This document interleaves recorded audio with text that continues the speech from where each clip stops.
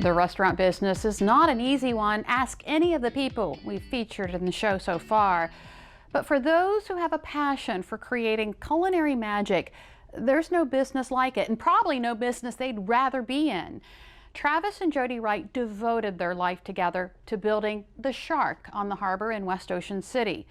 Mindful Eats and Spirits is how the sign outside the restaurant describes what you find inside. And as I found out, you'll also find a family ready to carry on a legacy. It doesn't get any fresher than this. I have always said that the Ocean City, the harbor, was the essence of Ocean City. A yellowfin tuna pulled from the ocean, brought to the dock, and within hours taken to the kitchen of the Shark on the harbor. Something Jody Wright and her husband Travis envisioned when they moved the restaurant from a larger location in 2008. That was the first thing that spoke to us, was the opportunity to meet the fishermen, to not only source fish, but to learn a lot about the seafood in this area, because we really didn't know. You know what people bring you to sell you, but here we learned about a lifestyle. We learned about how you handle the fish and how that changes the way the fish will taste when you cook it. Travis and Jody originally opened the Shark on 46th Street in 2000. But he just really wanted to bring a different style of cuisine to the area. He had a lot of Southern influence from his time in Charleston, and he also wanted to maybe step the dining game in another direction and take it from so many casual dining spots to something just a little bit in between fine dining and casual dining. Jody says it became apparent that in order to hand source ingredients, they had to cater to a smaller crowd in a smaller space. Once we got here and we started meeting the fishermen, a couple of farmers had started farming locally. That was kind of new to the scene in 2008, 2009.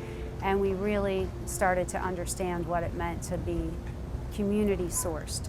And that opened a whole different world of restaurant operation to us that we developed a very large passion for.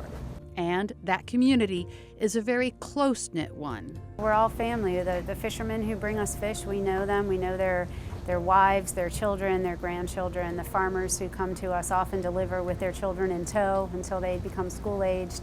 Or in the summers, they come all summer long. They'll sit down and have lunch. They grab a Dolly's mint on the way out the door. So yeah, we do know them, and they have become definitely part of our family. It's a family that Jody leaned on when tragedy struck last month.